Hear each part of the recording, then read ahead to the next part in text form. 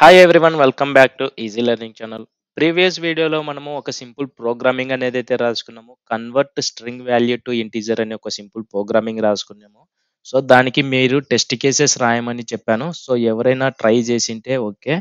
And ఒకవేళ try చేసిన test cases రాయడానికి రాలేదంటే నో ప్రాబ్లం. నేను ఈ వీడియోలో మీకు ఆ ప్రోగ్రామింగ్‌కి టెస్ట్ కేసెస్ ఏ విధంగా రాయాలనేది అయితే మీకు క్లియర్‌గా ఎక్స్‌ప్లెయిన్ చేస్తాను. వీడియో అనేది అయితే ఎక్కడ స్కిప్ చేయకుండా చూసి అర్థం చేసుకోండి.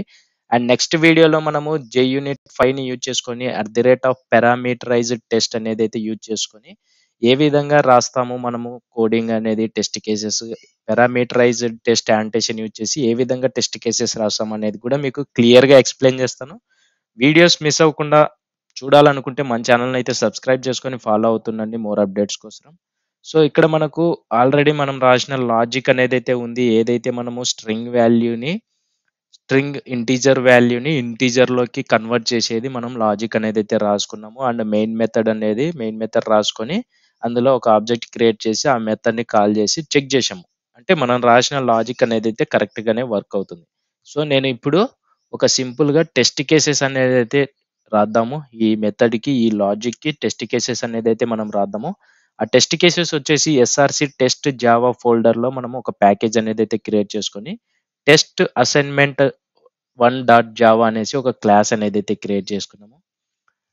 పబ్లిక్ క్లాస్ టెస్ట్ అసైన్‌మెంట్ 1 అనే క్లాస్‌లో మనము టెస్ట్ కేసెస్ అనేదైతే రాయబోతున్నాము.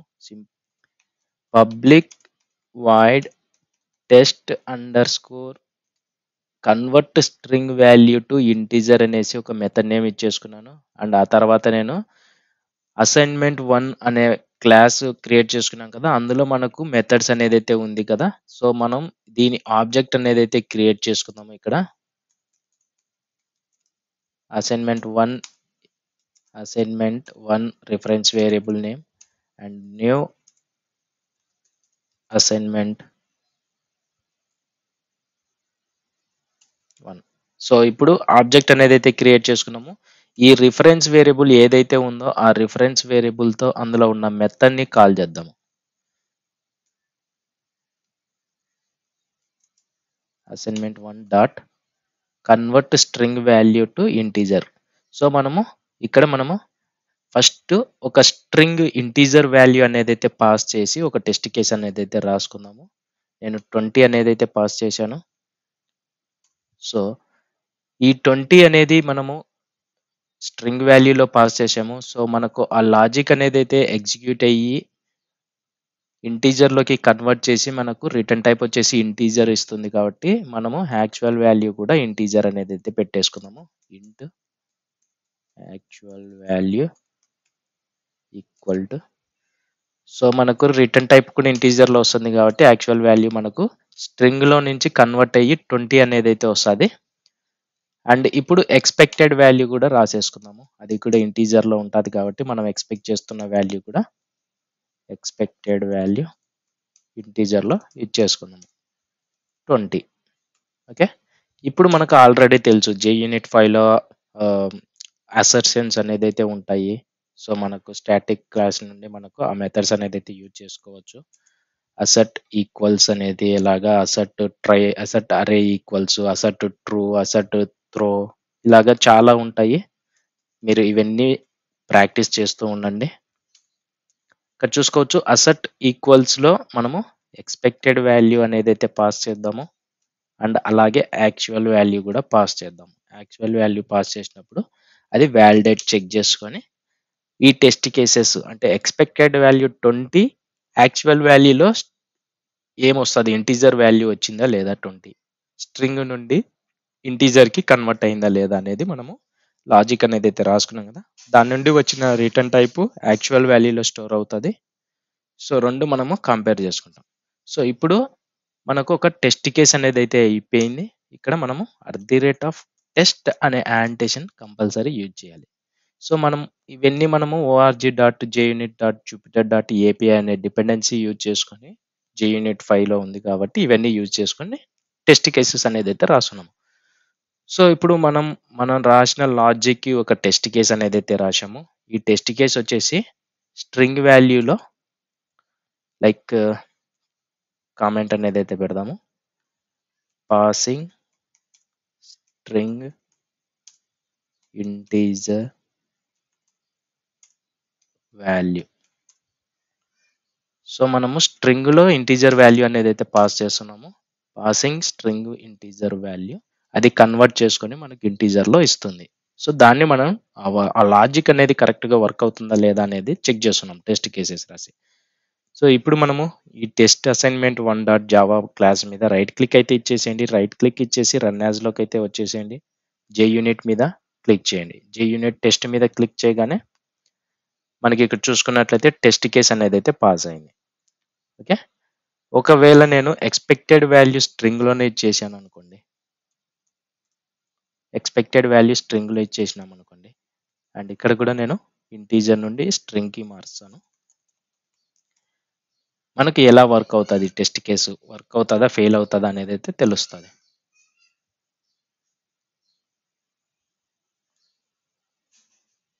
ఇక్కడ చూసుకోవచ్చు మనకు టెస్ట్ కేస్ అనేది అయితే ఫెయిల్ అయింది. అండ్ ఫెయిల్ ట్రేస్ లో చూసుకున్నట్లయితే expected Java dot language dot string 20 but was Java dot language dot integer 20 అనేది అయితే వస్తుంది యాక్చువల్ వాల్యూ. సో అందుకే టెస్ట్ కేస్ అనేది అయితే ఫెయిల్ అయింది అనేసి మనకు త్రో చేస్తుంది.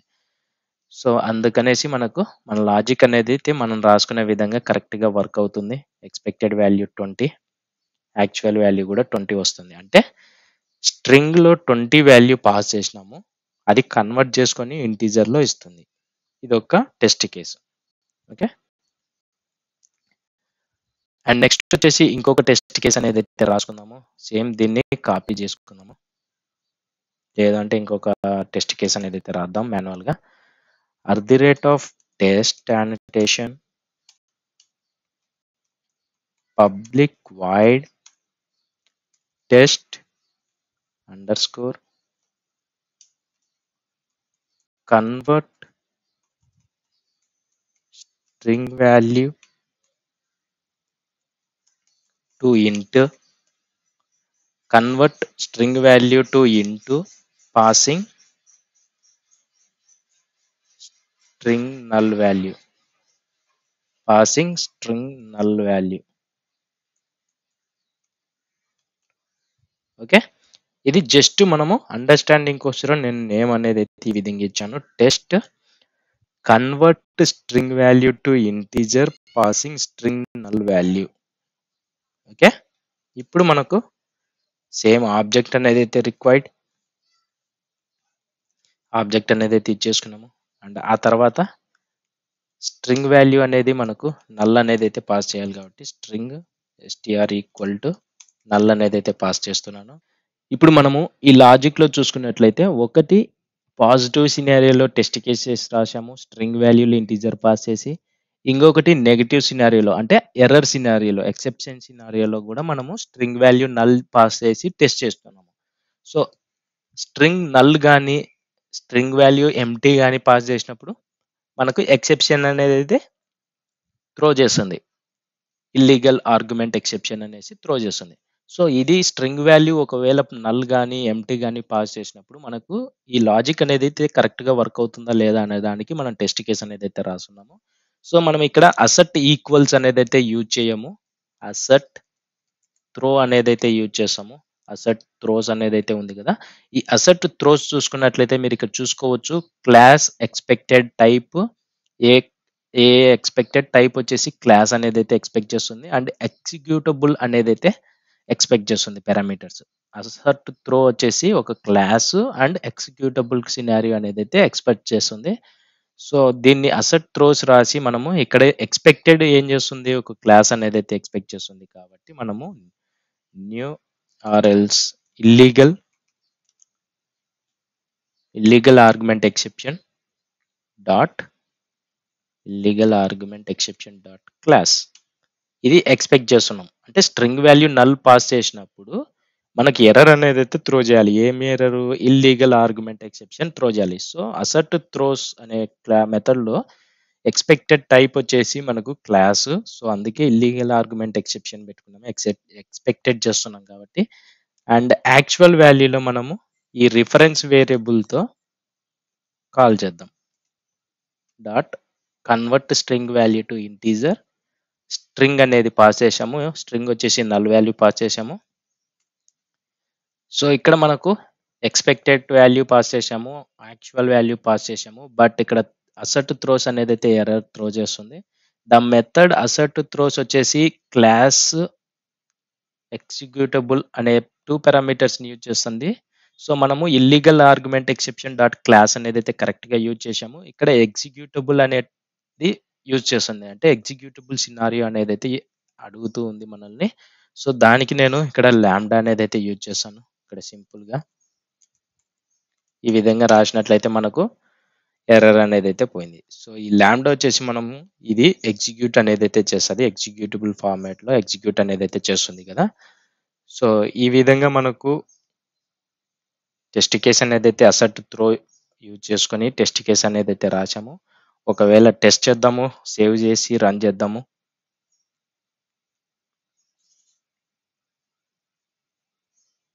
ఎస్, 2 టెస్ట్ కేసెస్ మనకు పాస్ అయ్యాయి. ఇక్కడ చూసుకోవచ్చు, test convert string value to ఇంట్, test convert string value to ఇంట్ passing string null value. So ఈ విధంగా 2 టెస్ట్ కేసెస్ అనేది అయితే పాస్ అయ్యాయి. ఇప్పుడు స్ట్రింగ్ వాల్యూ ఎంటీ పాస్ చేసి ఈ టెస్ట్ కేస్ వర్క్ అవుతుందా లేదా అనేది కూడా థర్డ్ టెస్ట్ కేస్ అనేది అయితే రాద్దాము. సింపుల్గా దీన్ని కాపీ చేసుకోండి.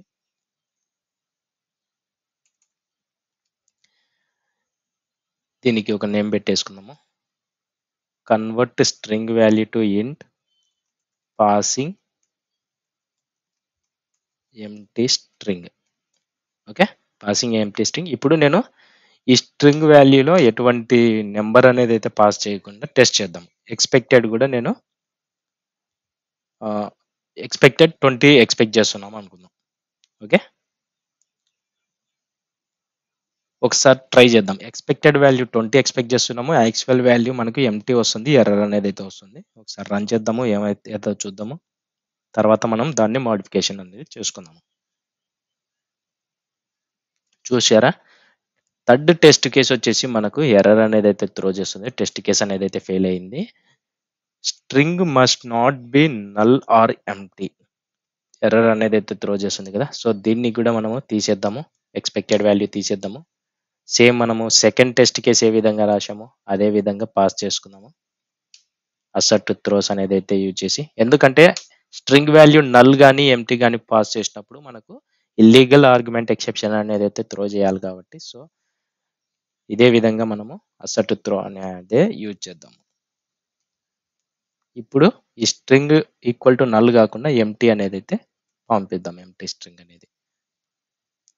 సేవ్ చేసేయండి, రన్ అయితే చేసేయండి.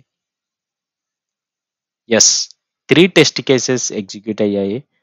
ఇక్కడ చూసుకోవచ్చు, 3 టెస్ట్ కేసెస్ అనేది అయితే ఎగ్జిక్యూట్ అయ్యాయి. ఫస్ట్ టెస్ట్ కేసులో స్ట్రింగ్లో వాల్యూ పంపించాము, టెస్ట్ కేస్ పాస్ అయింది. సెకండ్ టెస్ట్ కేసులో అసర్ట్ త్రోస్ యూజ్ చేసి కంపేర్ చేశాము, స్ట్రింగ్ వాల్యూ నల్ పంపించి. థర్డ్ టెస్ట్ కేసులో స్ట్రింగ్ వాల్యూ ఎంటీ పంపించి టెస్ట్ చేశాము. సో ఈ విధంగా 3 టెస్ట్ కేసెస్ అనేది అయితే రాశాము. అండ్ నెక్స్ట్ వీడియోలో ఇదే లాజిక్కి పారామీటరైజ్డ్ టెస్ట్, అంటే పారామీటరైజ్డ్ టెస్ట్ యాంటేషన్ యూజ్ చేసి ఏ విధంగా టెస్ట్ చేయాలి అనేది అయితే నేను మీకు ఎక్స్ప్లెయిన్ చేస్తాను. వీడియో మిస్ అవ్వకుండా ఉండాలంటే మన ఛానల్ని అయితే సబ్స్క్రైబ్ చేసుకొని ఫాలో అవుతుండండి మోర్ అప్డేట్స్ కోసం. నెక్స్ట్ వీడియోలో కలుద్దాము. మీరు ఈ లాజిక్కి టెస్ట్ కేసెస్ అనేది అయితే ప్రాక్టీస్ చేయండి. ఎవరైనా రాసి ఉంటే కంపేర్ చేసుకొని మోడిఫికేషన్ చేసుకోండి, లేదా టెస్ట్ కేసెస్ అనేది ఆల్రెడీ రాసి పాస్ అయ్యింటే నో ప్రాబ్లం, హ్యాపీ. ఒకవేళ రాయలేకపోతే ఈ వీడియో చూసి టెస్ట్ కేసెస్ అనేది అయితే ప్రాక్టీస్ చేయండి.